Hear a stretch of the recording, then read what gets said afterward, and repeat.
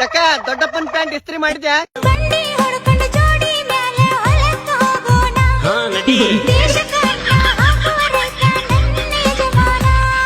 ಯಾಕ ರೀಲ್ಸ್ ಆಮೇಲೆ ಮಾಡಂತಿ, ಮೊದಲು ದೊಡ್ಡಪ್ಪನ್ ಪ್ಯಾಂಟ್ ಇಸ್ತ್ರಿ ಮಾಡಿ ಕೊಡ್ವಿ. ಅವ ಲುಂಗಿ ಹಾಕೊಂಡ್ ಲಂಗೆ ಡ್ಯಾನ್ಸ್ ಮಾಡ್ದಂಗ್ ಮಾಡಕುಂತ ನೋಡ. ಹತ್ತ ಬಾರ ಬಂಡ್ಯಾಗ